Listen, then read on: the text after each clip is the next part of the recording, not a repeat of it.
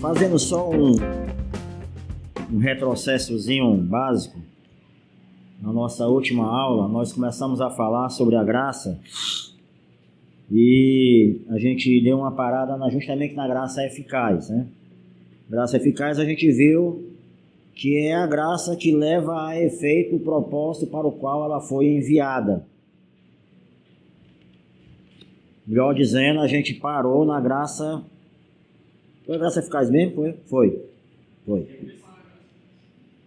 É a graça que leva a efeito o propósito para o qual ela foi enviada. Ou seja, ela, como o próprio nome diz, ela é eficaz. Ela faz exatamente aquilo para o qual ela foi proposta. Dentro desse contexto, dessa graça eficiente, nós podemos afirmar categoricamente, como o apóstolo Paulo em Romanos capítulo 9, quem nos separará do amor de Deus? Ele dá ali, capítulo 8, ele dá ali uma série de situações que, humanamente falando, poderiam facilmente desviar o homem de qualquer propósito. Ele fala de fome, nudez, perigo, espada, perseguição, até de criaturas sobrenaturais, e são realmente motivos que poderiam facilmente desvirtuar qualquer pessoa de um propósito se o nosso relacionamento com Deus estivesse baseado no nosso amor por Deus. Certamente, se o relacionamento Deus-homem fosse um relacionamento que partisse do homem para Deus, ele seria facilmente subjugado por qualquer intervenção externa. No caso, aquelas que o apóstolo Paulo cita em Romanos capítulo 8. Fome, perigo, nudez, espada, criaturas do presente, criaturas do porvir, todas essas coisas facilmente poderiam desvirtuar o homem da sua relação com Deus.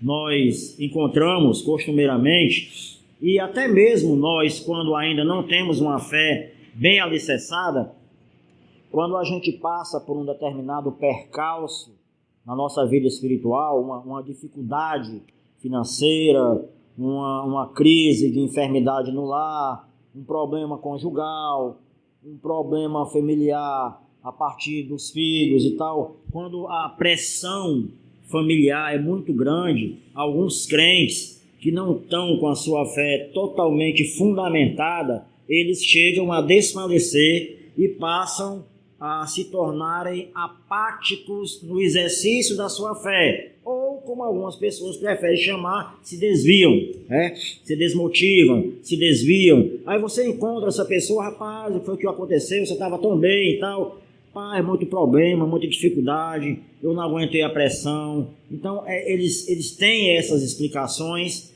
que explicam, mas não justificam de forma nenhuma. E geralmente a pessoa, quando não amadurece a sua fé, ela atribui aos problemas externos o seu desânimo. Chega um determinado tempo da sua vida, quando a sua fé já está mais amadurecida, que você entende perfeitamente que absolutamente nada é capaz de entristecê-lo ao ponto de você abandonar o exercício da fé, a não ser uma própria iniciativa da sua parte, certo? Você vai entender que as tribulações, quando você já está com a sua fé estabelecida, você vai entender que as tribulações, elas produzem frutos para amadurecer cada vez mais a sua fé.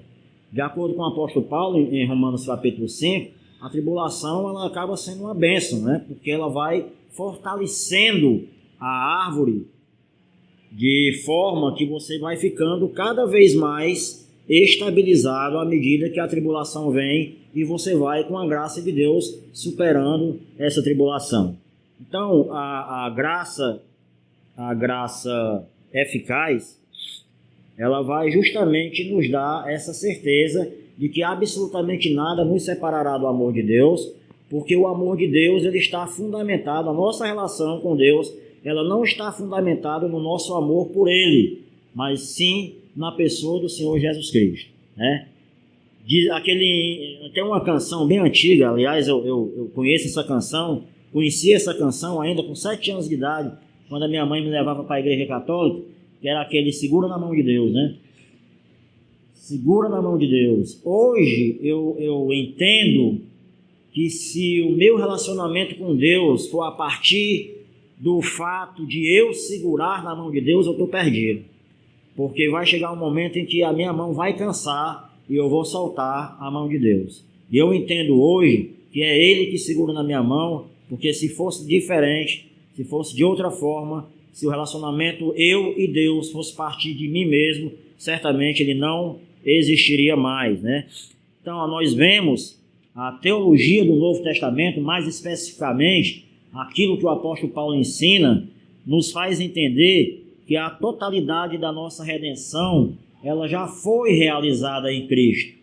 Nós já falamos aqui dos 3 níveis da salvação: salvação que já aconteceu, salvação que está acontecendo e a salvação que acontecerá de uma forma histórica. Isso, nós vivenciamos esses 3 níveis, mas do ponto de vista de Deus, nós já estamos até glorificados, porque Paulo afirma que nós já estamos assentados nas regiões celestiais com Cristo Jesus, ou seja, posicionalmente falando, nós estamos definitivamente salvos. Posicionalmente falando, historicamente falando, nós estamos vivenciando a salvação a cada dia.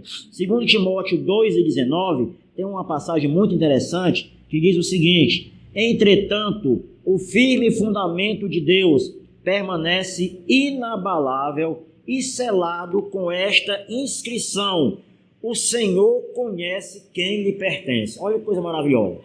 O Senhor conhece quem lhe pertence. Essa palavra conhecer, ela é de uma importância fundamental nas Escrituras, porque Jesus ele usa ela em algumas ocasiões no contexto escatológico, certo? Nós vemos uma passagem muito interessante também em Mateus capítulo 7, se você quiser abrir aí, eu não anotei aqui, mas é bom que você leia, Mateus capítulo 7, quando Jesus ele está falando ali de algumas pessoas que aparentemente fazem parte do rebanho de Deus, né?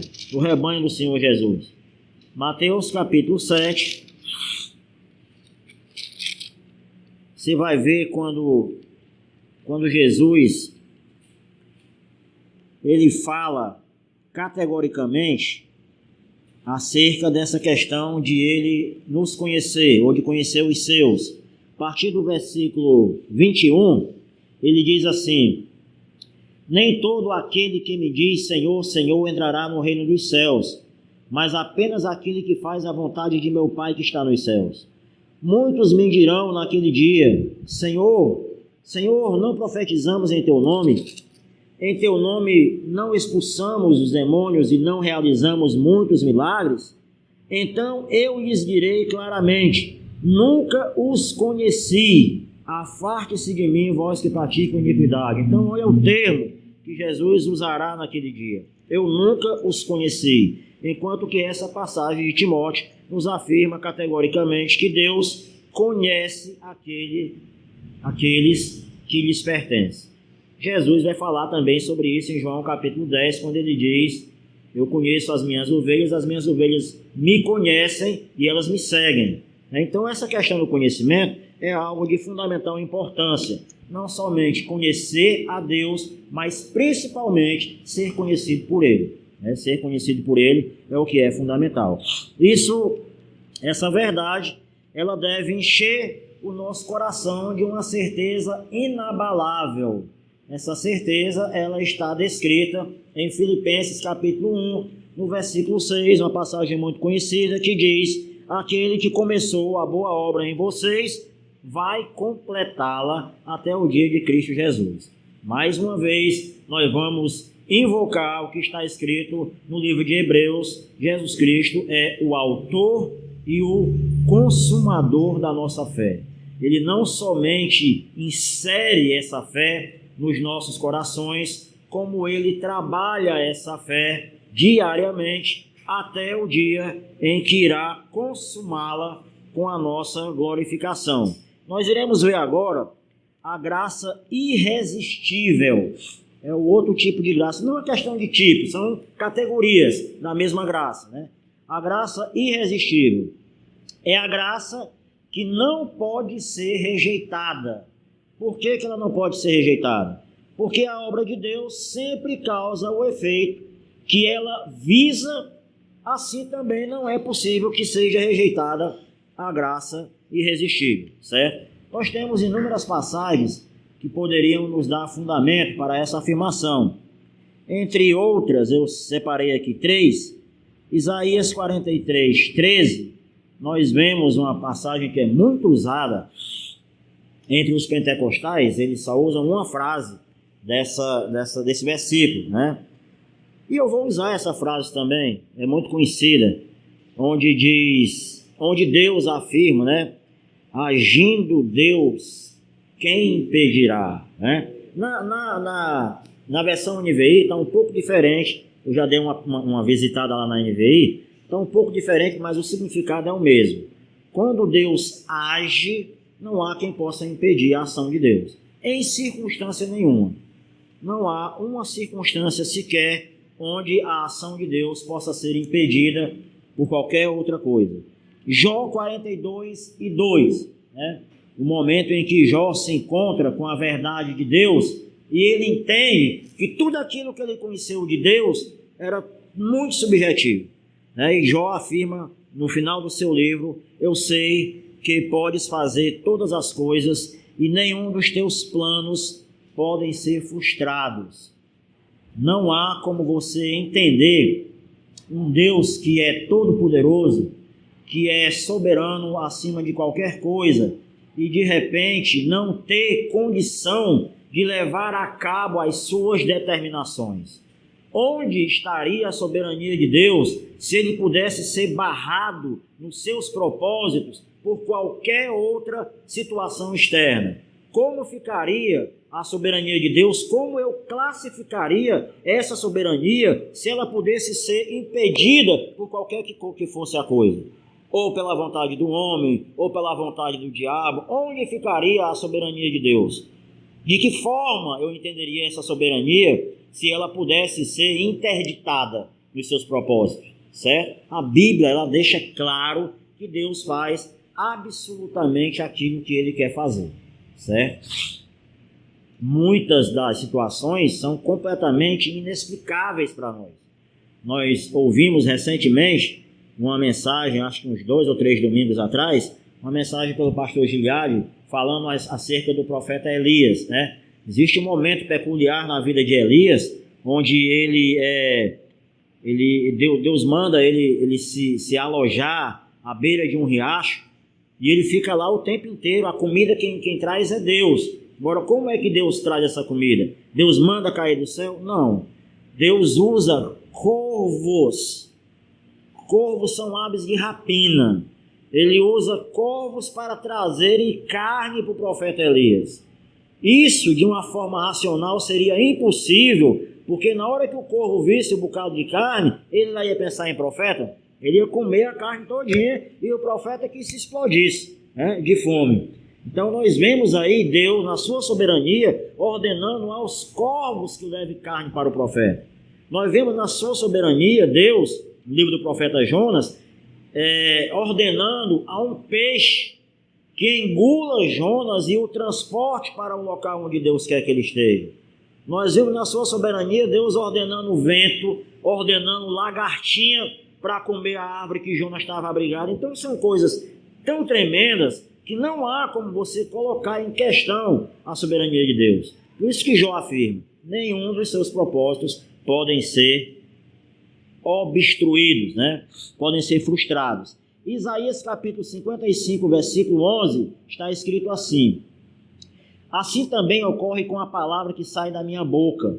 Ela não voltará para mim vazia, mas fará o que desejo e atingirá o propósito para o qual a enviei.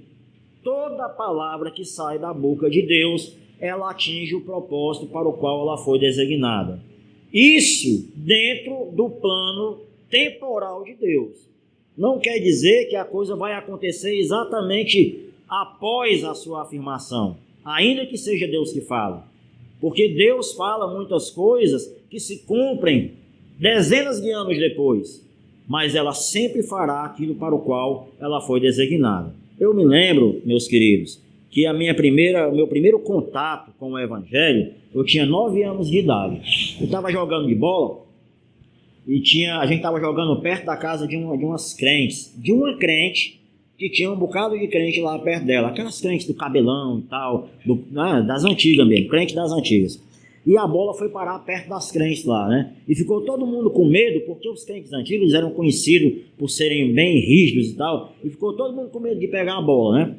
Ninguém vai pegar a bola, e a bola era minha. Eu digo, se ninguém vai pegar a bola, eu tenho que ir pegar. É minha a bola. Eu fui lá, minha senhora, eu quero pegar a minha bola. Tudo bem, meu filho, pode pegar. Quando eu peguei a bola, uma das crentes disse assim, meu filho, você quer aceitar Jesus? Ela nem pregou para mim, nem nada.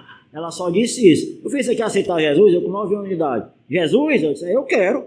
Olha, Jesus é coisa boa. Pois se ajoelha aqui, nós vamos orar por você. Aí eu me ajoelhei, botaram uma toalha, eu 9 anos de idade, né? Botaram uma toalha no meu ombro, aí fizeram aquela oração por mim. Eu, beleza, peguei a bola e saí correndo. Nunca mais quis conversa com o Evangelho. Isso com 9 anos de idade.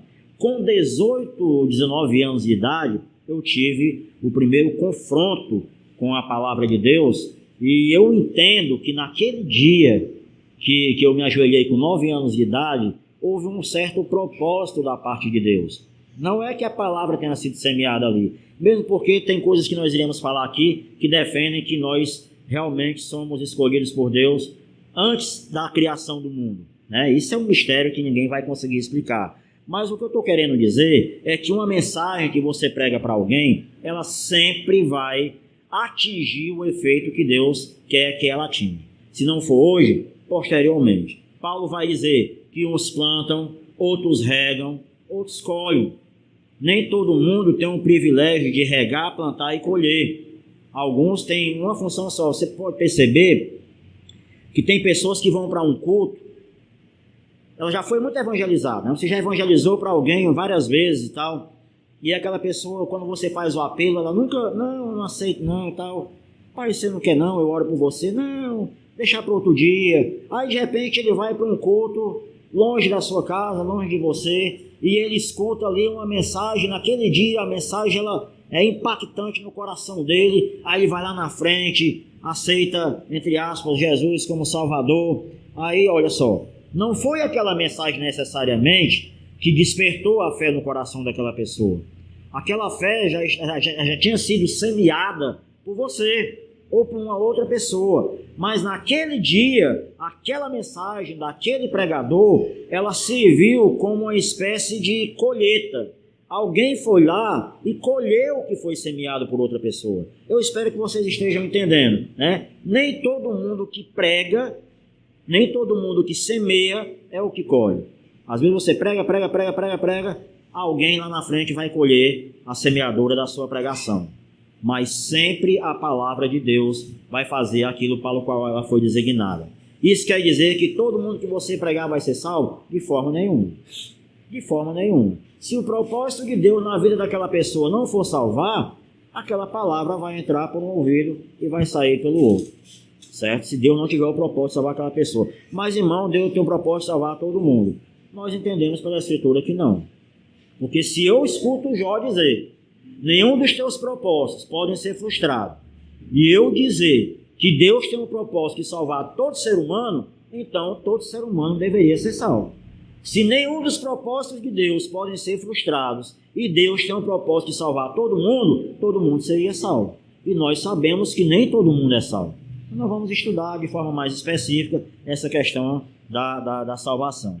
Então, é verdade que essa graça irresistível de Deus, que é anunciada pela teologia, ela muitas vezes ela é rejeitada, e é uma rejeição temporária, ela muitas vezes é rejeitada pela pessoa, certo? Eu me lembro, vou mais uma vez me reportar a minha experiência.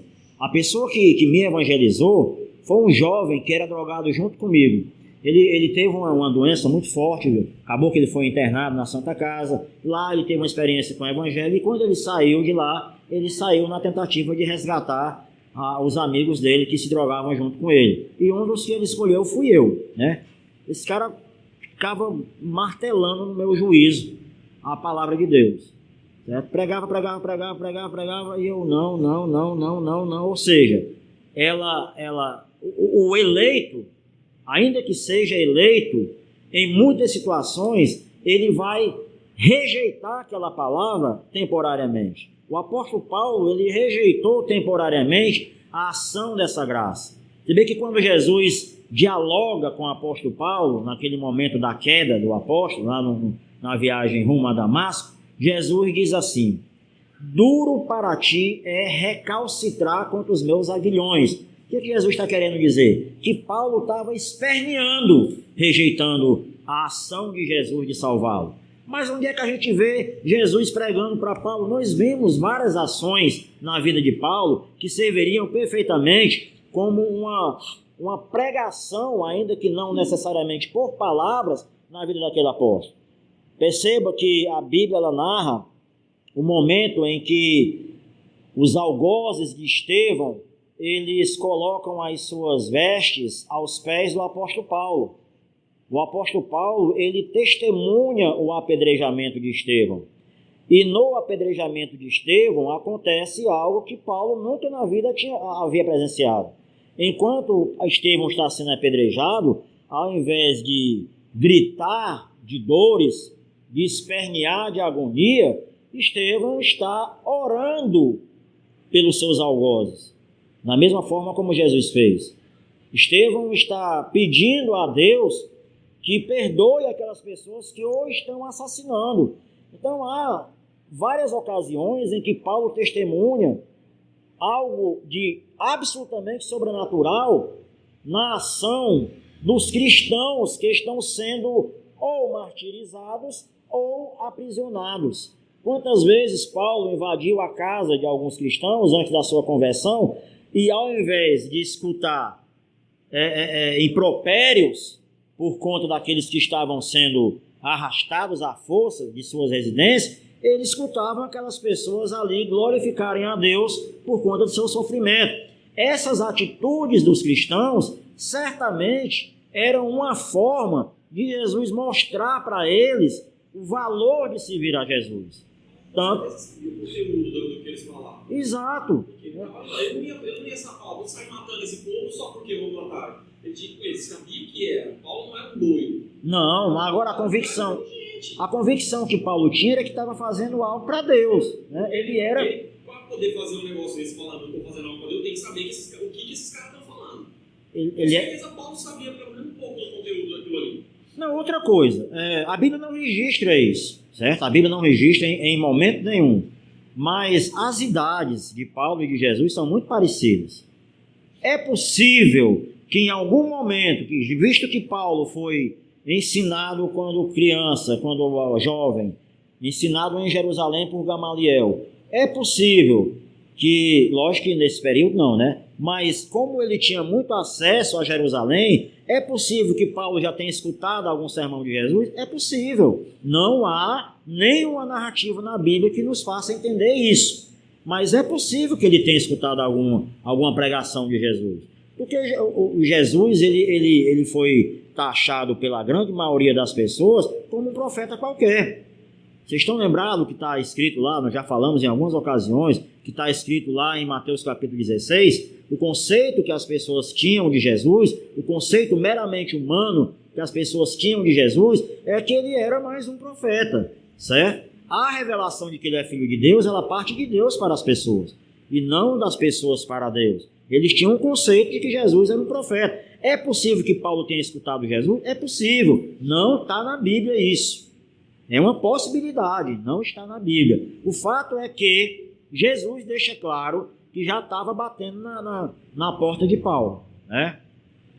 Eu acho interessante a forma como as pessoas usam aquela passagem de Apocalipse 3:20, que dá a impressão que Jesus é um mendigo. Dá a impressão que Jesus é um mendigo que não tem nem onde morar, né? Eis que estou batendo na tua porta. Pelo amor de Deus, abra a porta, senão eu vou ficar aqui do lado de fora. A impressão que dá é que Jesus é um coitado desamparado, né? Quando as pessoas usam essa passagem, né? Eles não entendem o senhorio de Jesus em todas as situações, inclusive nessa do bater na porta, né? Porque se Jesus quer entrar, ele entra com porta fechada e tudo. Não tem esse negócio de Jesus, nem o Conde Drácula, né, os vampiros, porque a lenda dos vampiros, eles precisam ser convidados para entrar dentro das residências, senão ele não entra, né? Jesus não é vampiro não, viu, irmão? Jesus não entra só se for convidado para entrar não. Mas vamos ver isso mais à frente. Então, Paulo, depois dessa situação, né, que ele luta contra a graça de Deus, ele compreende que Deus não somente o chamara, né, eficazmente, como ele entende que essa chamada, a princípio, ele entende que essa chamada foi desde o ventre materno. Por que eu digo a princípio? Porque depois ele entende que a chamada ainda antecedeu a sua própria existência. Em Gálatas capítulo 1, no versículo 15, Paulo diz assim: mas Deus me separou desde o ventre e me chamou por sua graça. Foi o entendimento dele a princípio. Rapaz, Deus me separou desde o ventre de minha mãe. Depois ele entende que aquela separação, ela retrocede até o momento antes da criação do mundo, porque em Efésios, no capítulo 1, no versículo 4, ele escreve: porque Deus nos escolheu nele antes da criação do mundo para sermos irrepreensíveis e santos na sua presença. Então perceba que o conceito de Paulo, mais adiante, ele vai cada vez mais amadurecendo. É interessante você entender, meu querido, que a nossa trajetória ela é permeada desse processo gradativo.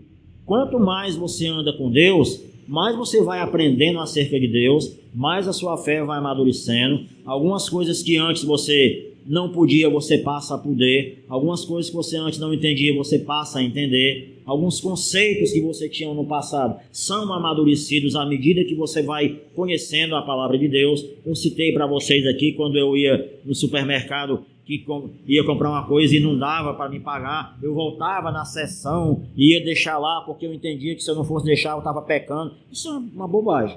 Uma bobagem, não tem nada a ver com pecado. Hoje eu simplesmente deixo do lado do caixa e os repositores vão colocar as coisas no mesmo lugar. O princípio da fé de cada pessoa é como a própria Bíblia diz: a pessoa ela é um bebê. Bebê nem sempre faz coisas coerentes. Bebês, crianças, muitas vezes fazem coisas bem incoerentes. O que não quer dizer que eles estejam errando voluntariamente, conscientemente. Muitas vezes a criança erra pelo fato de ser uma criança. Na fé também é do mesmo jeito. Muitas vezes nós fazemos coisas que são bobagens, mas porque a nossa fé ainda é muito neófita, né? E ela vai certamente amadurecendo com o tempo. Então, já passei a página aqui, então é isso, né? Paulo, ele percebe no conceito de graça irresistível que nós estamos falando aqui, uma graça, ela não pode ser rejeitada. Uma vez que ela vem sobre a pessoa, necessariamente ela vai atingir o propósito para o qual ela foi designada. Outro aspecto da graça que a gente vai conversar agora é a graça preveniente dentro de um conceito arminiano. Nós falamos sobre a graça preveniente, foi a primeira graça que a gente falou, que é aquela graça que antecede qualquer esforço humano. Dentro de um conceito reformado, é a graça que vem em primeiro lugar. Dentro de um conceito arminiano, essa graça ela tem um conceito parecido, mas não igual.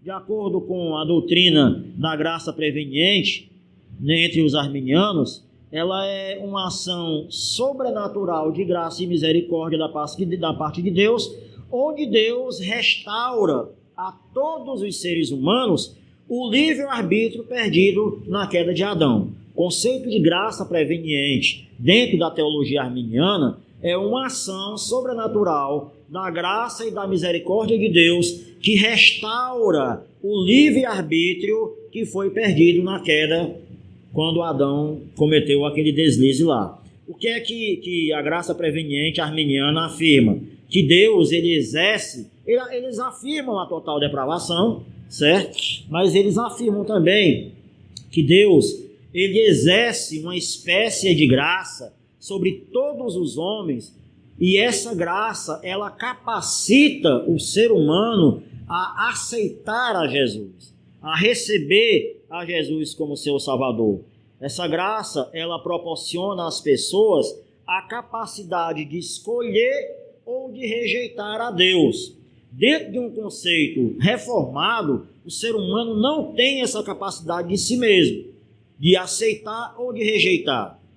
Ele, sofrendo a ação da graça de Deus dentro da teologia reformada, é aquilo que a gente acabou de ver, é a graça irresistível. Uma vez que essa graça vem sobre determinada pessoa, essa pessoa não resiste.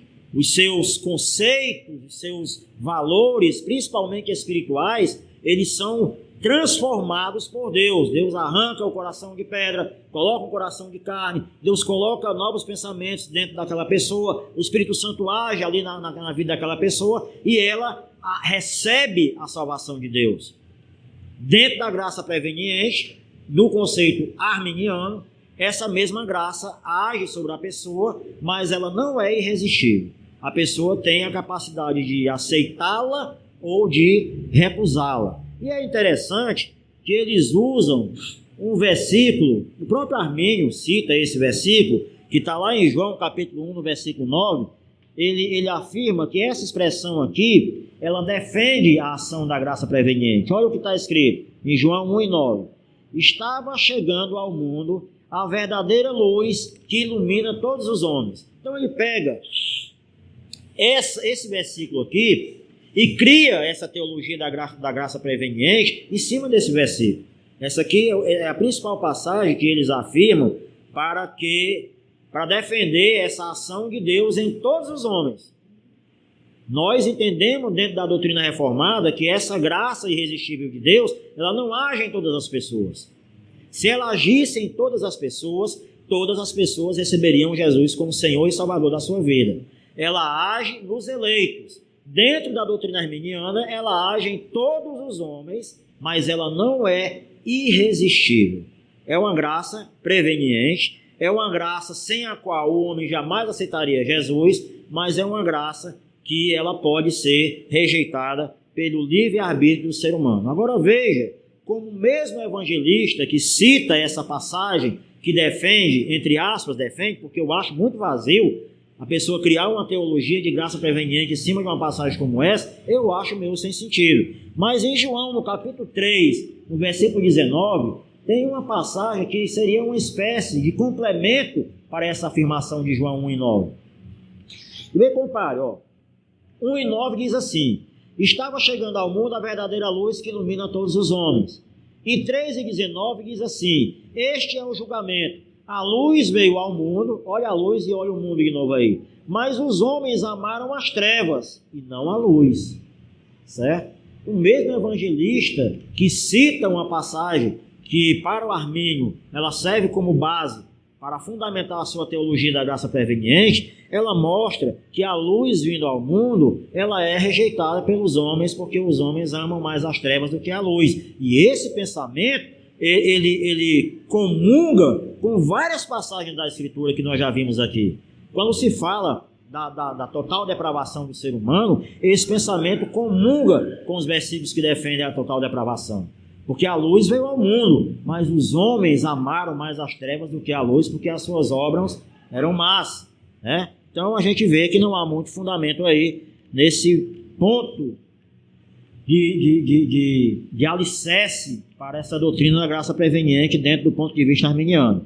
Então, no ponto de vista arminiano, embora alguém creia somente pela ação da graça de Deus, em última análise, essa graça, ela é uma graça que não traz salvação ao homem, ela somente possibilita a salvação, certo?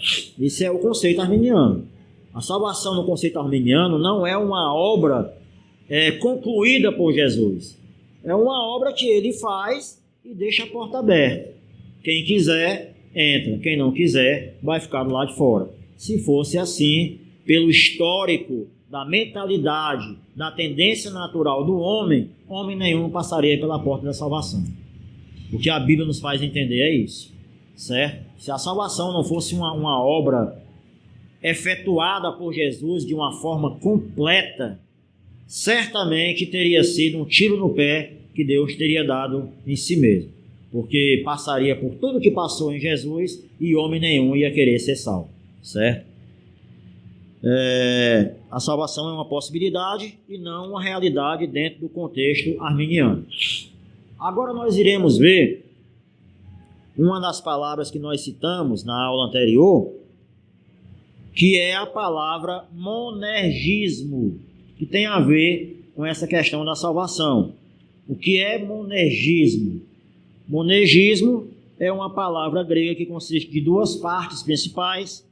O prefixo mono significa sozinho, único, enquanto o sufixo ergon significa trabalhar, ou trabalho, ou obra. Então, monergismo, ao pé da letra, uma tradução bem básica, seria a obra de um indivíduo.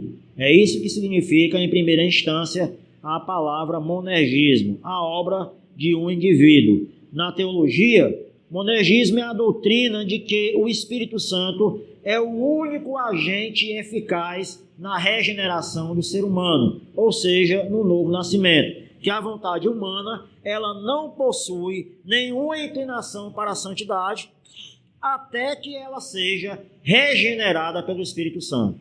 Ou seja, homem nenhum jamais se voltará para Deus, a não ser que a mente dele seja regenerada e a partir daí a ação de Deus tenha onde agir na vida do ser humano. Depois da regeneração virá a fé, virá o arrependimento, virá as outras coisas na ordem da salvação que nós iremos ver posteriormente. Existe alguma passagem bem clara a respeito disso? Existem inúmeras. Nós poderíamos dar uma, mais uma vez, no Evangelho de João. Veja que o Evangelho de João, ele é o Evangelho que usa a expressão novo nascimento. Vocês estão lembrados? Quando Jesus conversa com Nicodemos, Nicodemos ele tem um conceito teológico bem abrangente. Mas ao escutar os discursos de Jesus, ele se incomoda, vai consultar Jesus, e o que é que Jesus disse para Nicodemos? Nicodemos, aquele que não nascer de novo, não pode ver o reino de Deus. Jesus não está falando somente de uma forma escatológica na questão do reino, mas vivenciar a eficácia do Evangelho, só quem nasce de novo. Só quem nasce de novo consegue ver a glória de Deus no mundo caído. A glória de Deus invadiu o mundo. Só quem nasce de novo consegue ver isso. João capítulo 1, versículos 12 e 13, está escrito o seguinte: contudo, aos que o receberam, aos que creram no seu nome, deu-lhes o direito de se tornarem filhos de Deus, os quais não nasceram por descendência natural, nem pela vontade da carne, nem pela vontade de algum homem, mas nasceram de Deus. Então, quando Jesus diz nascer de novo, ele está dizendo nascer do alto. Eu já escutei em inúmeras ocasiões, pregadores falando acerca da necessidade de nascer de novo. Até aí tudo bem, até aí está correto. Existe essa necessidade no ser humano de que ele deve nascer de novo. Mas esses pregadores, eles afirmam que o nascer de novo é algo que parte do indivíduo. E esse versículo que eu acabei de ler diz claramente que o novo nascimento, ele não parte da vontade de homem nenhum. Não é nascer da carne, é nascer do alto. Vocês lembram o que Paulo fala em Efésios, no capítulo 2? Ele nos vivificou estando nós mortos. Quando alguém está morto e passa a viver de novo, o que aconteceu ali? Uma ressurreição ou um novo nascimento. Então é uma ação de Deus. Um morto, ele não tem a capacidade de atender nenhuma voz de comando. Você pode morrer de ordenar qualquer coisa que seja para um morto, ele não vai atender a sua voz de comando, mas ele atende a voz de comando de Deus. Jesus também no Evangelho de João, lá no capítulo 5, Jesus cita: é chegado a hora em que os mortos ouvirão a voz do Filho de Deus, e os que a ouvirem viverão. Então a voz de Jesus é que ressuscita o homem para o novo nascimento. O novo nascimento é algo que parte de Deus para o homem. Uma vez que o novo nascimento acontece, dentro da teologia o novo nascimento também recebe o nome de regeneração, uma vez que essa regeneração acontece, que a mente é transformada, que o coração é transformado, o homem está apto para receber as demais coisas que Deus irá conceder pelo Espírito Santo. Então o monergismo ele é a doutrina de que no plano da salvação a ação de Deus ela é única, que não há uma cooperação da parte do ser humano para a salvação. Resumindo, é a doutrina de que o nosso novo nascimento é obra de Deus, o Espírito Santo, com nenhuma contribuição do homem. A teologia reformada, ela entende que no plano da salvação, no ato da regeneração, o homem não tem nenhuma participação. É algo que parte exclusivamente de Deus. Segundo a Coríntios, capítulo 2, versículo 14, diz: quem não tem o Espírito não aceita as coisas que vêm do Espírito de Deus, pois lhes são loucura, e não é capaz de entendê-las, porque elas são discernidas espiritualmente. Paulo está dizendo o quê? Que eu posso morrer de pregar para uma pessoa as pregações mais bem expostas possíveis, mais bem explicadas possíveis. Sem o Espírito Santo, aquela pessoa não assimilará o verdadeiro significado do Evangelho.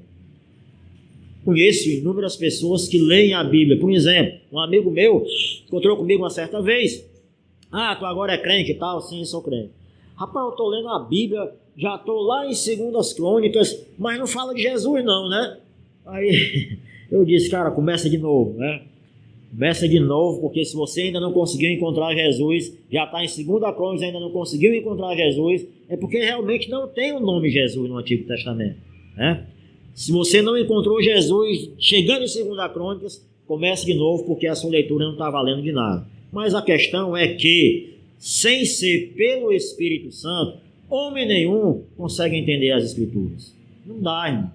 Eu mesmo, quando eu comecei a minha carreira de roqueiro, né, de headbanger, do pessoal que gosta de heavy metal, eu tive vontade de ler o livro de Apocalipse, porque o livro de Apocalipse tem umas coisas bem bizonhas, né? Eu não entendi nada, cara. Aliás, ainda hoje eu quase não entendo, né? Quem entende Apocalipse, parabéns. Eu sou uma égua no Apocalipse. Não entendo muita coisa não. Mas o que eu estou querendo dizer é que não há como você compreender as nuances espirituais da Bíblia se não for pelo Espírito Santo. No máximo, você encontrará na Bíblia uma belíssima obra literária, dentro de um pensamento, de um raciocínio meramente humano. O máximo que você consegue vislumbrar na Bíblia Sagrada é uma belíssima obra literária. Agora, quando você recebe o Espírito de Deus, aí você entende a Bíblia como a genuína palavra de Deus. Puxa vida, quem é que já não passou pela experiência de ler o mesmo texto, quem já leu inúmeras vezes, aí um belo dia você está precisando de uma palavra da parte de Deus e você se depara com um texto extremamente conhecido e naquela ocasião aquele texto fala para você de uma forma que é como se você entrasse num compartimento escuro e instantaneamente aquele compartimento fosse iluminado. Aí você diz, rapaz, como é que pode? Eu já li essa passagem aqui tantas vezes e nunca recebi essa revelação. Quem nunca passou por essa experiência, né? Eu, graças a Deus, eu passo constantemente, e qualquer pessoa que leia a Bíblia com frequência passa por essa experiência constantemente, de receber uma nova revelação em cima daquela mesma passagem. Você já leu aquilo inúmeras vezes, mas naquela ocasião ela brilha assim, você, rapaz, a resposta que eu estava precisando de Deus, né? Não precisou um profeta, não precisou nada, somente Deus através da sua palavra, né? Romanos 8,7, é muito interessante essa passagem aqui. Romanos 8,7, ela quebra as pernas do pelagianismo. A mentalidade da carne é inimiga de Deus, porque não se submete à lei de Deus e nem pode fazê-la. Ou seja, o homem, ele nem quer servir a Deus e nem pode servir a Deus. É isso que essa passagem está dizendo. A mentalidade humana natural, ela é carnal. Por ser carnal, ela nem quer e nem pode se subjugar à lei de Deus, à vontade de Deus. Quando Paulo fala da lei de Deus, Paulo está falando da vontade de Deus. Sem o Espírito Santo, não há como você obedecer à lei de Deus, certo? É o que ele está dizendo aqui. Não é nem que ele não somente não quer, ele não pode.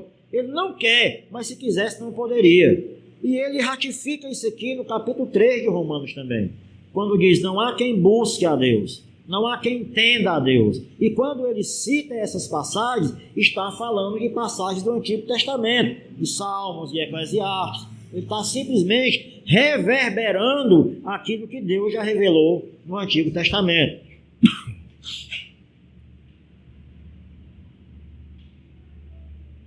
Então, o monergismo é, ao meu ver, biblicamente falando, o sistema de salvação mais eficiente, né? Onde Deus é o único autor no processo da salvação, sem a participação, no processo da regeneração, sem a participação do ser humano. O calvinismo ele adota essa doutrina monergística, né?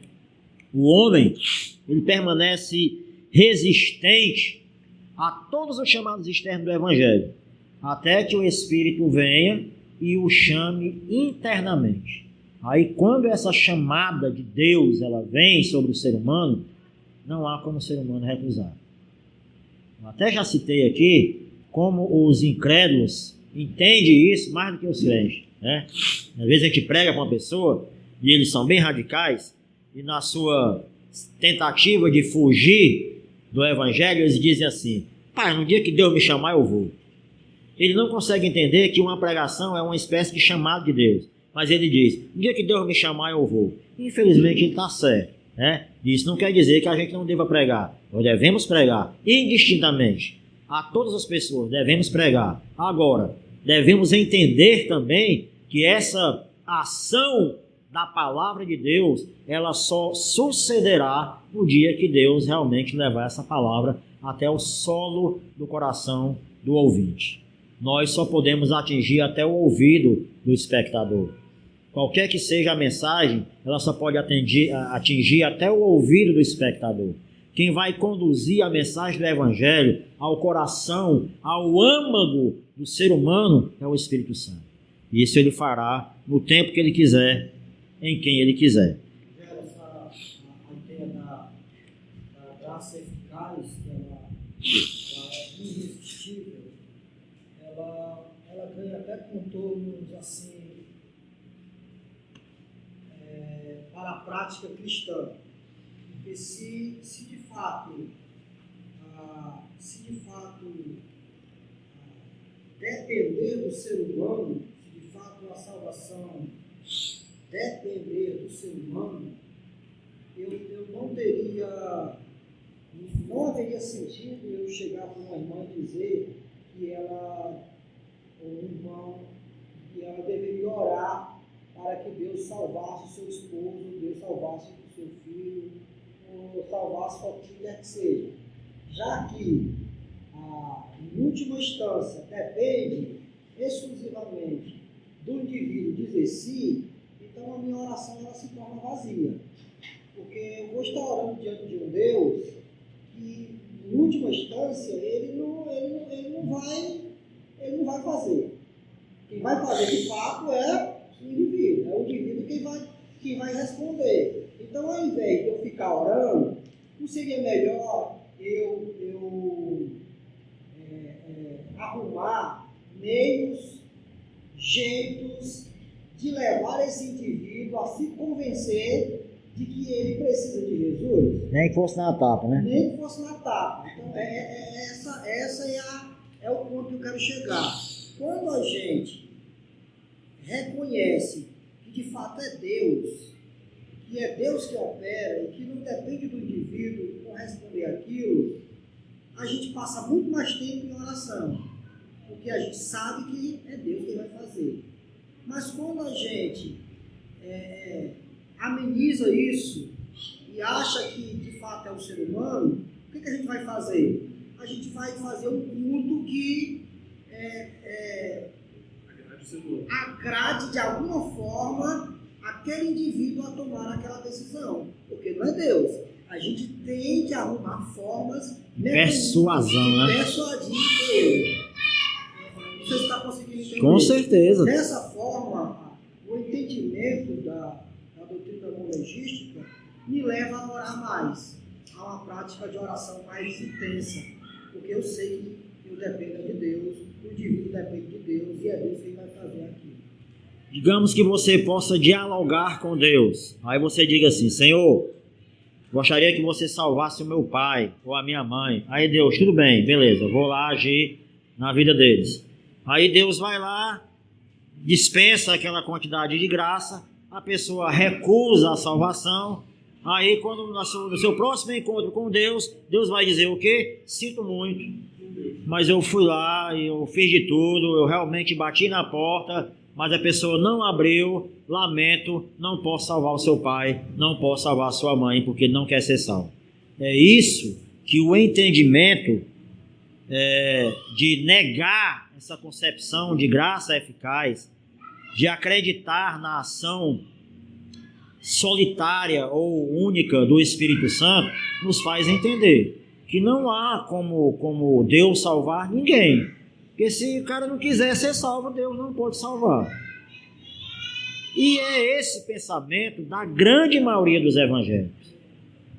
Eles oram para que Deus salve os seus entes familiares, mas a resposta que eles têm muitas vezes é essa que eu falei aqui. Deus não pode salvar porque a pessoa não quer ser salva. Então, assim, o pastor já deu uma aplicação do monergismo, mas uma outra aplicação do monergismo é que ele tira de nós a esperança em nós mesmos, certo? E revela a nossa falência total no que concerne a nossa salvação. Nós entendemos que a nossa salvação, ela depende exclusivamente de Deus. Quando se afirma isso, meus irmãos, algumas pessoas entendem que aí o ser humano não tem mais responsabilidade nenhuma. Não é isso que o monergismo ou que a doutrina reformada afirma. A doutrina reformada afirma que a graça de Deus, agindo eficazmente na vida de um ser humano, ela produz no coração do ser humano novas afeições por Deus. E essas novas afeições vão tornar aquela pessoa que está sendo submetida à ação da graça de Deus a serem tendenciosas a fazerem diante de Deus aquilo que antes não faziam. Essa graça, ela vai agir na vida da pessoa, conduzindo a pessoa a cada vez mais se aproximar de Deus, a cada vez mais ter uma vida piedosa. A doutrina reformada defende isso, certo? As pessoas que rejeitam a salvação monergística, ela diz: então quer dizer que eu não preciso fazer mais nada, que Deus faz tudo. Não é isso. O fato é que a doutrina reformada afirma que as minhas atitudes também são frutos da graça de Deus, também são objeto da graça de Deus. Nós citamos aquele versículo quando Paulo fala: eu não recebi a graça de Deus em vão, mas trabalhei mais do que todos eles. Aí Paulo diz: não eu, a graça de Deus em mim. O crente que entende a doutrina monergística, que entende a ação única e exclusiva do Espírito Santo, ele também trabalha, ele também se esforça, mas ele entende que aquele esforço que ele pratica não parte dele, e sim também de Deus. A fé provém de Deus, o seu esforço também provém de Deus. Ele se esforça para ficar na presença de Deus, mas ele reconhece que o seu esforço, que a sua labuta, que o seu trabalhar, ele é uma obra de Deus na vida dele. Exatamente, é Deus quem opera o querer e o realizar, certo? E a pessoa entende isso. Eu me esforço, eu luto, É difícil, mas eu entendo que quem me capacita para fazer todas essas coisas é Deus. Nesse contexto, a glória é de quem? De Deus, irmão. A glória é só de Deus. E a Bíblia nos ensina isso, a glória é só de Deus. Se o esforço dependesse do ser humano, veja comigo aqui, o cara chega lá no céu, aí encontra um amigo dele lá, rapaz, você chegou até aqui, pai, foi, cara, muita luta, viu, menino? Pai, eu vou dizer, se eu não tivesse perseverado tanto, tinha chegado não. Lutei e tal. Então, olha só, a salvação, ela não seria um presente, ela seria um salário. Você ganhou a sua salvação porque você lutou até o final, então você ganhou a sua salvação. E não é isso que a Bíblia ensina.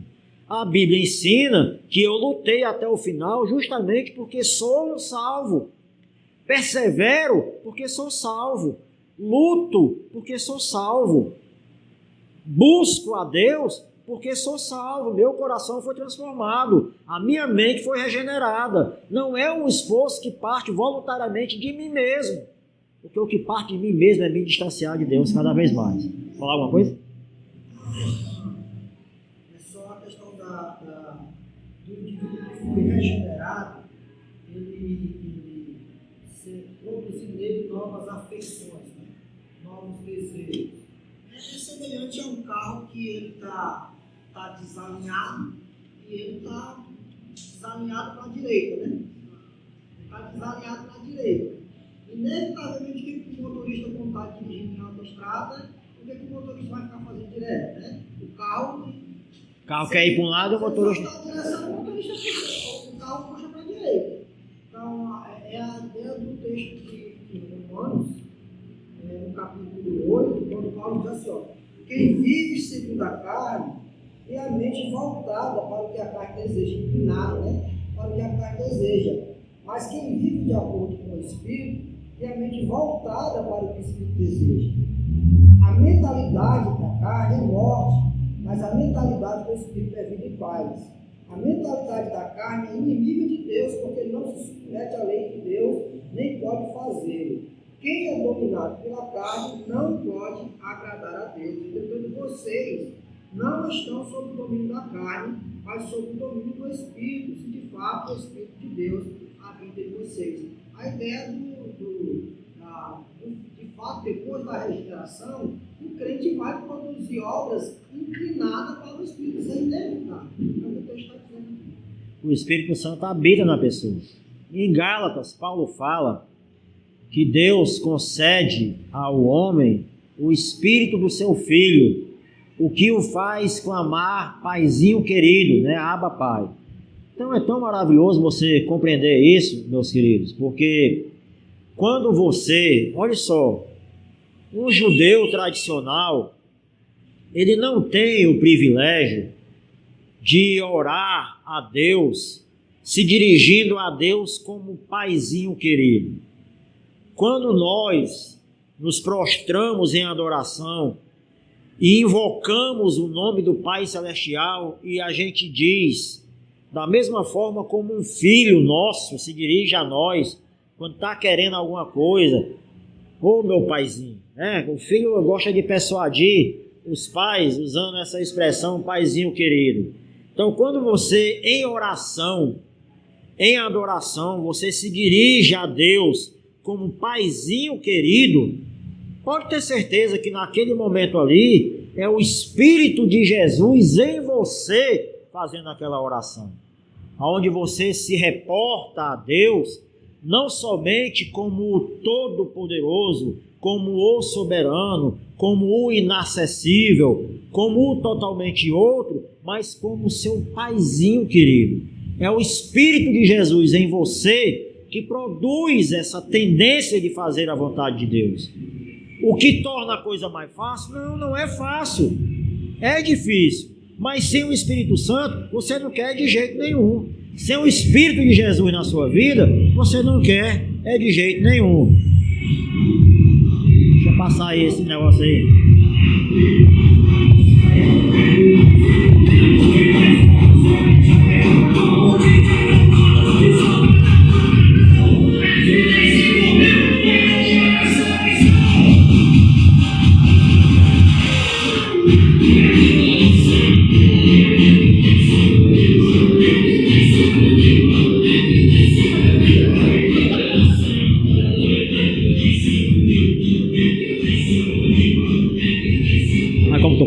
cheirar, né? Não pode ser coisa cheirando esse negocinho. Olha só o que diz em 2 Timóteo, capítulo 2, versículo 25.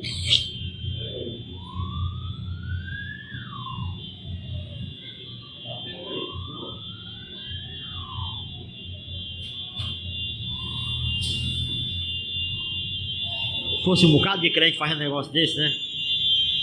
Ah, o diabo desses crentes.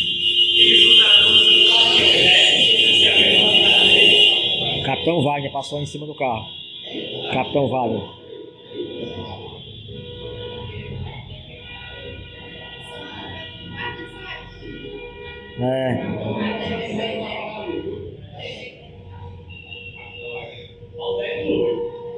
É grande, é?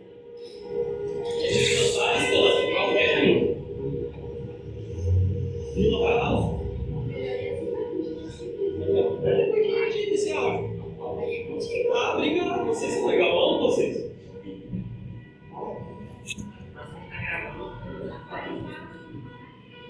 Olha aqueles buzinos, né? É, o povo sair, é lógico. Sai da frente, sai bem, mano. 2 Timóteo 2,25. Aí, tá vendo?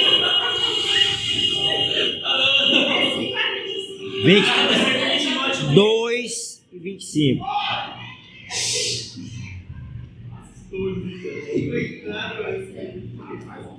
Vai, um dia vai.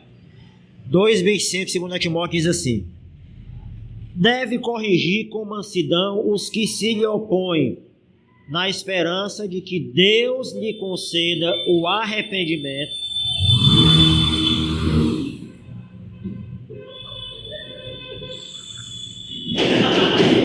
Eita! Deve não passar rápido. Vai tacar, primeiro. Vixe, cara, eu peguei em frente. Não, hein?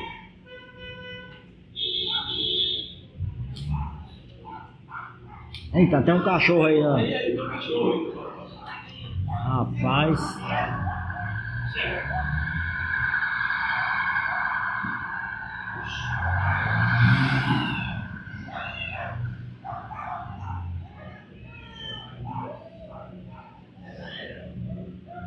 Vai.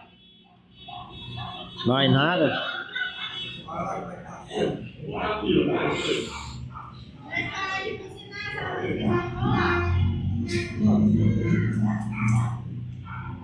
Pobre dos cachorros fica todo tenso, mano.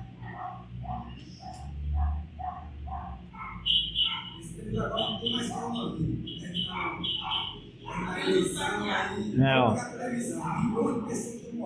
É. Não tem Covid, não tem nada.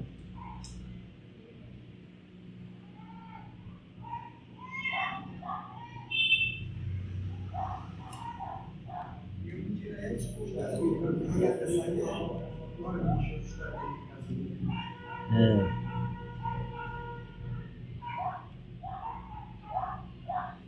Negócio desse é bom quando a gente não tem o que dizer, né? Quando a gente não tem o que dizer é bom, porque o tempo vai passando e opa, vou já terminar.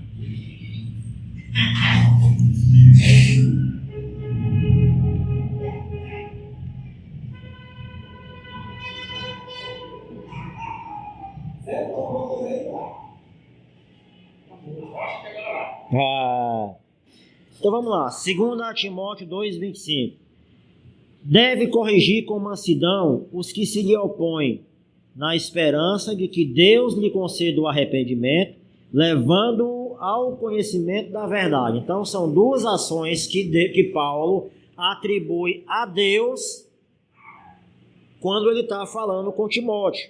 Ele diz para Timóteo: você deve corrigir com mansidão aquelas pessoas que se lhe opõem, que se opõem a você, na esperança de que Deus conceda àquelas pessoas o arrependimento e que também conceda àquelas pessoas o entendimento da palavra. Então Paulo tem o conceito de que tanto o arrependimento quanto o entendimento da palavra. Quem proporciona ao ser humano é Deus, e não o homem de si mesmo. Então, olha só, por que é que nós temos fé e o nosso próximo não tem? Por que é que a gente aceita Jesus, aceitou a Jesus, e o nosso vizinho que ouviu a mesma pregação não aceitou Jesus? Será que nós fizemos um uso melhor da graça de Deus? Como Armínio afirma que a graça vem sobre todos os homens, eu ouvi a mensagem, meu vizinho ouviu a mensagem, eu aceitei a Jesus, meu vizinho não aceitou Jesus. Isso me torna mais sensível a Deus do que o meu vizinho? Isso me torna mais esperto do que o meu vizinho? Porque se houve ali um critério entre mim e ele, esse critério faz toda a diferença. Se eu escuto a palavra e me decido, e uma pessoa está do meu lado e não se decidiu, e houve um critério entre nós dois, esse critério vai ser o que motivou a ação de Deus na minha vida. Então, a salvação não seria um presente de Deus, mas seria um pagamento de Deus pela minha iniciativa em crer. Vocês estão compreendendo como há muito mais sentido em nós abraçarmos Deus fazer a obra do que eu entender que eu tenho participação na obra? Se eu tiver participação, a pessoa que não tem participação não tem mérito. Eu tenho mérito. Se eu tenho participação na obra da salvação, então eu tenho mérito. Deus não agiu sozinho. Deus agiu porque eu deixei. Se eu não tivesse deixado, coitadinho de Deus, não teria realizado a sua obra na minha vida. Só agiu porque eu permiti. Se eu permiti, é lógico que isso me diferencia daquela pessoa que não permitiu. É lógico que isso obriga a Deus a me pagar pela minha iniciativa em crer e não na outra pessoa que não creu.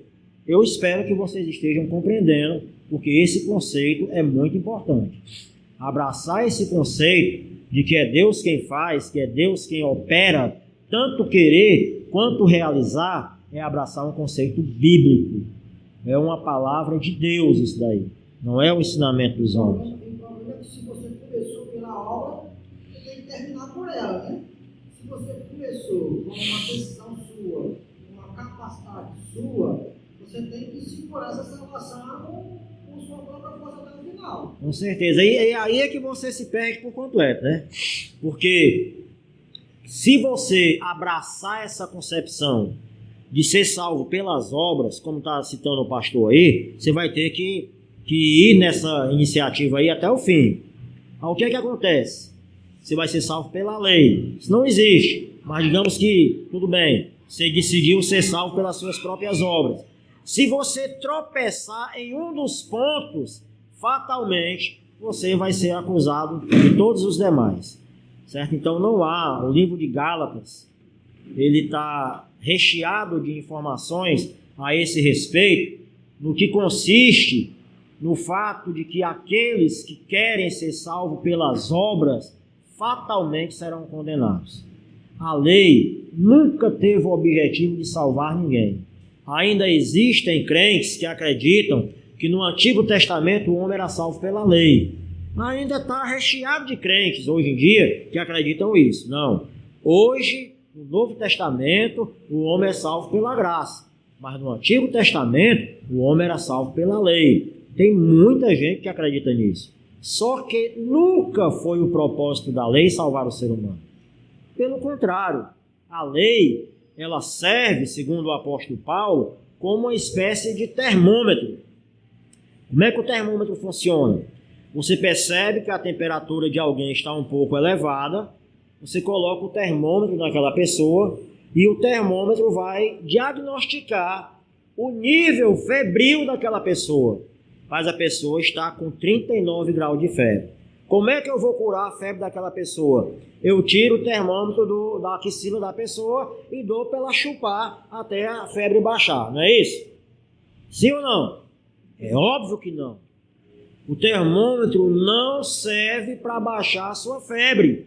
Ele serve para diagnosticar o nível febril em que você se encontra. A lei é do mesmo jeito. A lei nunca serviu para salvar ninguém. Não é esse o propósito da lei. O propósito da lei é nivelar todos os homens debaixo da santidade de Deus. É mostrar que todos os homens estão distantes de Deus, separados de Deus. Esse é o propósito da lei. A lei, ela foi criada para produzir no ser humano desespero. É isso que a lei tem que causar no ser humano. E se ela não causa no Antigo Testamento, no Sermão do Monte ela causa.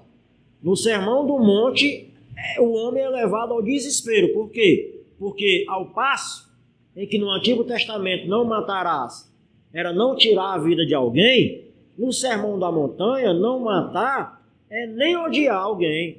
E isso é difícil, meus queridos. É praticamente impossível. Ou será que você nunca se encontrou naquela situação de dizer: eu não suporto esse irmão. Esse pastor vai pregar de novo, não suporto esse pastor. Eu tenho nojo desse homem. Eu tenho nojo dessa mulher. Quem é que nunca se encontrou numa situação dessa? Ou seja, naquele momento ali, você está assassinando a pessoa. Dentro da hermenêutica da lei que Jesus expõe no Novo Testamento. Então a lei, ela causa no homem desespero, porque o homem chega diante da lei e diz: estou perdido. Se agradar a Deus é realizar esse compêndio de normas e regras, eu estou perdido. Aí, nesse desespero, o homem corre para Jesus, que cumpriu a lei, e ele tendo cumprido a lei, a minha fé estando depositada nele, os méritos de Jesus me são atribuídos. Os meus débitos são lançados na conta de Jesus, os créditos de Jesus são lançados na minha conta e eu fico bem diante de Deus, não pelos meus méritos, mas pelos méritos de Jesus. Certo? O Antigo Testamento também é pura graça. Eles morreram na expectativa. Quando você lê Hebreus capítulo 11, você vê que aquelas pessoas, elas criam no Messias para adiante. Eles não esperavam, como diz o escritor aos Hebreus, uma cidade aqui da terra.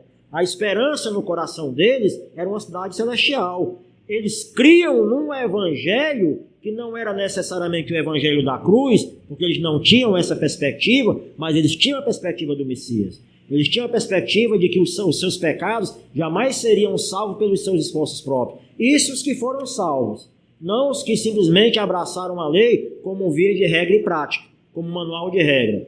Porque há quem imagine que seja isso. Há quem imagine que a Bíblia seja um livro de regras. Não, a Bíblia é o seguinte, a Bíblia é uma receita. Se você seguir, você vai ser salvo. Se você não seguir, você não vai ser salvo. E a Bíblia não é isso. A Bíblia é a exposição da história de um homem que realmente seguiu e realizou a vontade de Deus, que foi Jesus. Ele fez a vontade de Deus. Ele realizou a vontade de Deus. Ele cumpriu a lei. Ninguém mais. Ninguém mais. Mas a Bíblia não fala mal de José. Olha, se o escritor fosse narrar os pormenores do que aconteceu lá quando José foi seduzido por aquela mulher de Potifar, o escritor muito provavelmente iria dizer: com muita dificuldade José correu, porque se ele tivesse ficado, ele tinha pulado em cima da mulher. E é isso, meu irmão. Ele corre porque ele foge naquele momento. A Bíblia não esconde as mazelas de nenhum personagem. Todos os personagens bíblicos possuem falhas. Daí você entende que homem nenhum é salvo por um nível de perfeição produzido por si mesmo. A nossa fé, a nossa salvação, tanto no Antigo quanto no Novo Testamento, ela depende exclusivamente do sacrifício de Jesus. Quando você lê lá em Romanos, no capítulo 3, se eu não estou enganado, é o final do capítulo 3, onde Paulo vai falar que Deus ele não leva em consideração aquele período lá, mas ele preserva as pessoas até o momento do sacrifício, porque aquele sacrifício de Jesus ele é eficaz para salvar inclusive aqueles que morreram na esperança. No caso, os santos do Antigo Testamento, né? Não tinha cruz no Antigo Testamento, mas não tinha cruz histórica no Antigo Testamento, mas tinha a cruz no plano de Deus. A cruz sempre existiu no plano de Deus. A cruz é algo que é realizado na meta-história, como eu já falei aqui para vocês. Antes de criar o homem, Deus elabora o plano da salvação, de Adão até o último homem que surgiu na face da terra. A salvação que Deus oferece aos seus eleitos, ela é eficaz nesse sentido, desde Adão até o último homem. Tanto no Antigo quanto no Novo Testamento, o homem é salvo pela graça. Nunca foi salvo pela lei. A lei nunca teve esse propósito. Efésios 2:5 diz: e estando nós mortos em nossos delitos, ele nos deu vida juntamente com Cristo. Existe uma outra palavra, tem esse monergismo, e a outra é sinergismo. Sinergismo, ela dá uma ideia de cooperação, né? É uma obra de cooperativa, como se Deus fizesse uma parte e eu fizesse outra. Na teologia cristã, a teoria do sinergismo é a teoria de que o homem tem um grau de participação na recepção da salvação. Em última instância, o homem é responsável por aceitar ou recusar o plano de Deus na sua salvação. O sinergismo aponta para a necessidade da resposta humana dentro do plano da salvação. Uma cooperação. Deus vem, oferece, e o homem quer ou não quer. Isso é o sinergismo. Se ele quer, ele está cooperando com o Espírito Santo no plano da salvação. Existem dentro da teologia algumas correntes do pensamento sinergístico, como o pelagianismo, né? Pelágio foi um monge do século IV que tem uma série de coisas que ele afirmava que a Bíblia desafirma. Nós não temos tempo para incorrer agora nesses pormenores. Mas, entre outras coisas, Pelágio, ele negava a existência do pecado original. Ele defendia de que a natureza do homem era intrinsecamente boa, que o homem, o seu caráter era moldado pela sociedade. Pelágio, entre outras afirmações, ele defendia isso. Você não é culpado do pecado de Adão. Nós sabemos biblicamente que somos sim culpados pelo pecado de Adão e também culpados pelos nossos próprios pecados. Pelágio afirmava que nós só éramos culpados pelos nossos pecados e não pelos pecados de Adão. Então, o homem, segundo o pensamento sinergístico pelagiano, ele pode ser salvo pela prática das boas obras. Se eu pratico boas obras, então eu serei salvo. Um outro pensamento é o semi-pelagianismo, que considera o homem incapaz de obter a completa salvação, mas que considera o homem capaz de cooperar para essa salvação, né? No pelagianismo, o homem simplesmente praticando boas obras será salvo. No semi-pelagianismo, o homem é um participante ativo na sua salvação, muito parecido com o sinergismo arminiano. Nessa vertente, o homem está em um estado de depravação total. Já falei isso, o arminianismo também acredita na depravação total. E Armínio acreditava também que o homem é completamente incapaz de se aproximar de Deus, a não ser que ele receba da parte de Deus uma porção da graça que o capacite a se aproximar de Deus. Só que, dentro do pensamento arminiano, essa graça, por mais que ela seja abrangente, ela pode ser resistida pelo livre-arbítrio do ser humano, certo? Olha só, queridos, vocês lembram como é o chamado ao discipulado de Jesus? Nós temos o chamado universal de Jesus. Vinde a mim, todos vós que estáis cansados e sobrecarregados, eu vos aliviarei. Esse é o chamado universal de Jesus. Mas o chamado do discípulo que Jesus faz, qual é? Aquele que quiser vir após mim, negue-se a si mesmo. Esse é o chamado particular. É o chamado do discípulo de Jesus. Sabe o que é negar-se a si mesmo? É abrir mão desse livre-arbítrio, se é que você tem. Abrir mão da sua própria vontade. Ninguém que segue a Deus, que quer ser um discípulo de Jesus, tem livre-arbítrio. não somos mais, não temos mais vontade própria.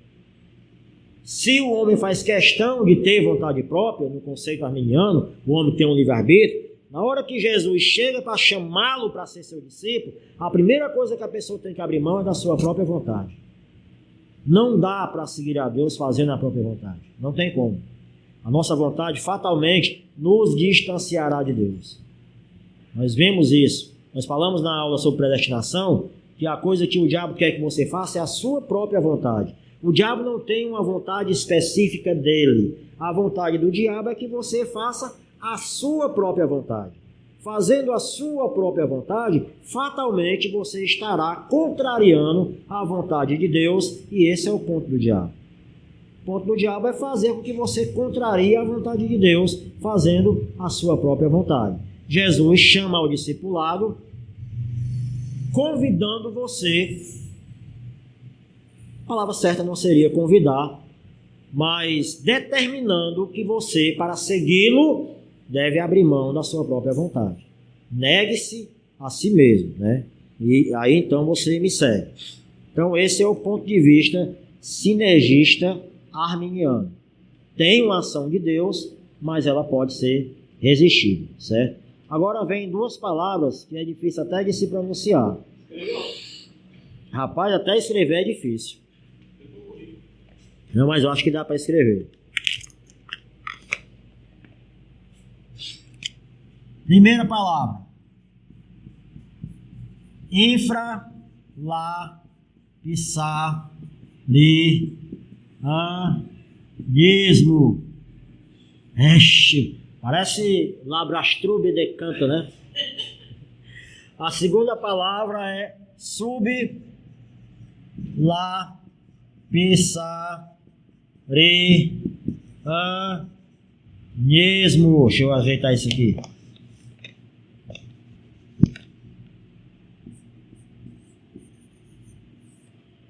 Infralapsarianismo e sublapsarianismo. Está escrito errado, sublapsarianismo, tá? É tão difícil de falar quanto de escrever, né? Essas duas palavras não fazem parte do dicionário de línguas estranhas pentecostal, caso vocês imaginem que seja, né? Porque parece língua estranha, não parece não? Infralapsarianismo, sublapsarianismo. O cara tá falando língua estranha, mas não é, né? Eu não sei de onde foi que eles tiraram umas palavras tão complicadas.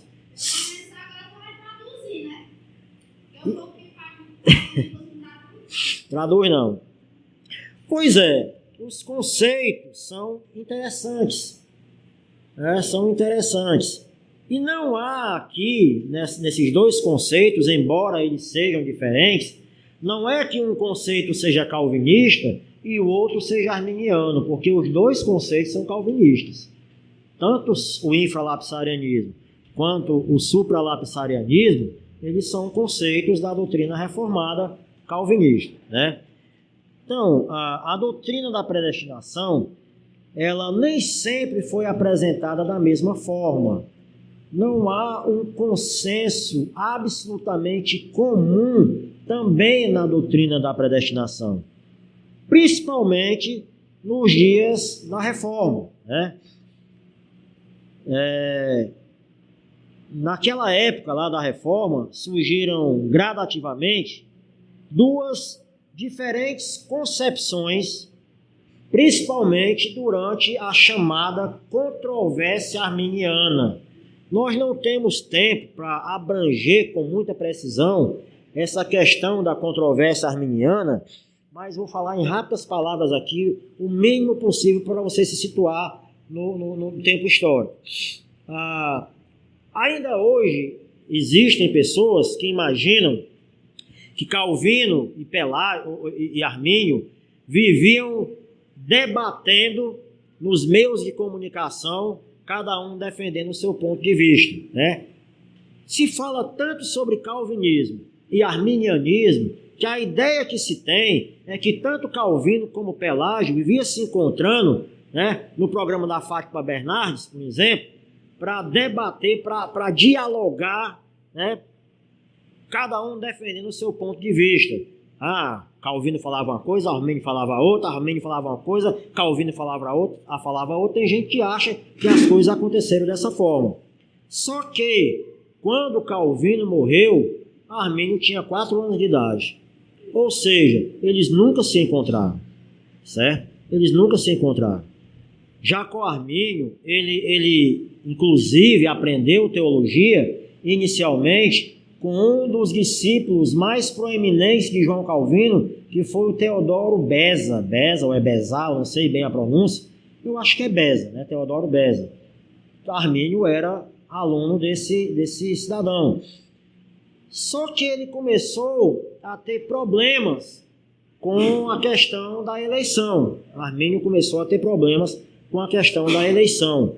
Mas ele nunca expôs claramente as suas dúvidas, os seus questionamentos, os seus questionamentos com relação à eleição publicamente. Ele nunca as expôs.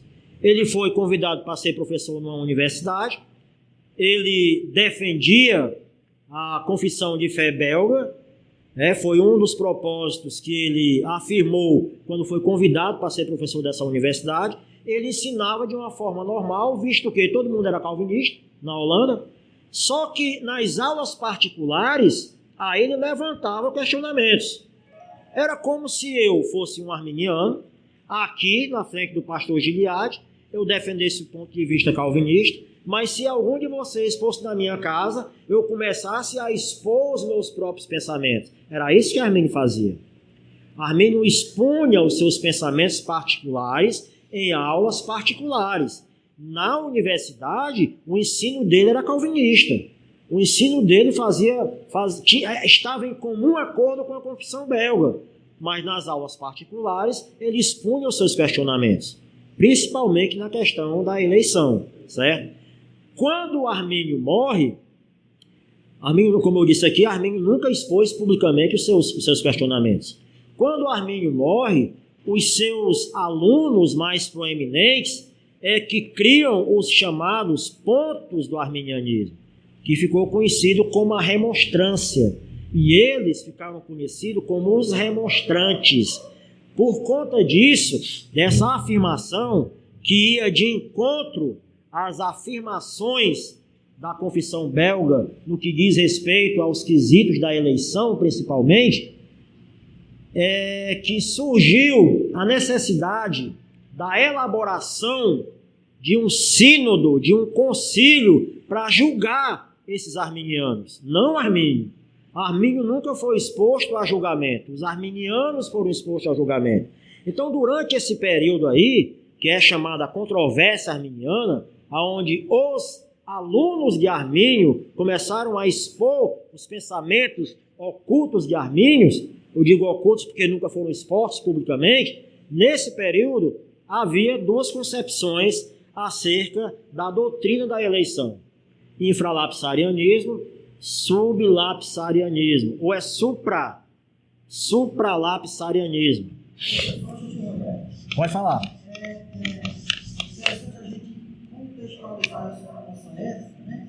Porque a gente não está tão acostumado com esses 2 termos assim, e aí a gente não vê a severidade, a importância que tinha na época esse assunto.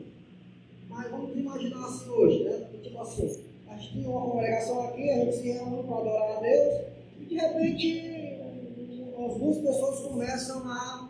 2, 3 pessoas começam e essas 2, 3 pessoas têm publicidade na igreja, né? Começam a ensinar que vamos imaginar aqui uma ideia, que Jesus não é Deus. Aqui entre nós, né, a gente começa a se reunir e 2, 3 pessoas começam a ensinar aqui na igreja que Jesus não é Deus. A pergunta é, nós vamos deixar essas pessoas ensinando isso ou nós vamos nos reunir para combater esse tipo de informação? Porque até então, a nossa fé, e nós nos reunimos em torno da crença de que Jesus é Deus. Mas agora tem 2 pessoas no meio de nós ensinando que Jesus não é Deus. O que nós vamos fazer? é exatamente esse concílio, né? Esse concílio se reuniu para debater as propostas desses irmãos aí, arminianos, que se levantaram contra essas ideias. Levando em consideração que os murmúrios sobre as afirmações de Armínio, eles se espalharam rapidamente, o que obrigou praticamente a igreja a se reunir para debater realmente as afirmações arminianas. Eu não sei se vocês ouviram ou entenderam o que o pastor de vocês disse. Digamos que ele tem o maior trabalho de ensinar a vocês uma doutrina coerentemente bíblica. Aí surge alguém, um ou outro presbítero aqui, obreiro dele, e começa a ensinar algo que vá de encontro àquilo que ele está ensinando. Ele citou como exemplo a divindade de Jesus. Poderiam citar outro exemplo. Vai que tem alguém aqui, vai que eu pareço sutilmente entre vocês, cheguei aqui agora. Pastor Giliardi afirma taxativamente que a Bíblia é a palavra de Deus. Aí eu surjo aqui sorrateiramente, sussurrando no ouvido de um e outro que a Bíblia não é a palavra de Deus, mas contém a palavra de Deus. Daqui a pouco eu estou contaminando o entendimento de uma boa parte da igreja. O que é que a igreja, ao tomar conhecimento dessa subversão, deve fazer? Ela deve realmente convocar essas pessoas que estão afirmando um tipo de doutrina diferente, para que essa doutrina seja esclarecida e, quando esclarecida, erradicada do meio da congregação, como foi o caso que aconteceu na ocasião da formação do Sínodo de Dort, que foi convocado para combater as controvérsias arminianas. Agora, para entrarmos no contexto, no significado dessas duas palavras, no próximo domingo, né? Hoje não dá mais, são 10h15.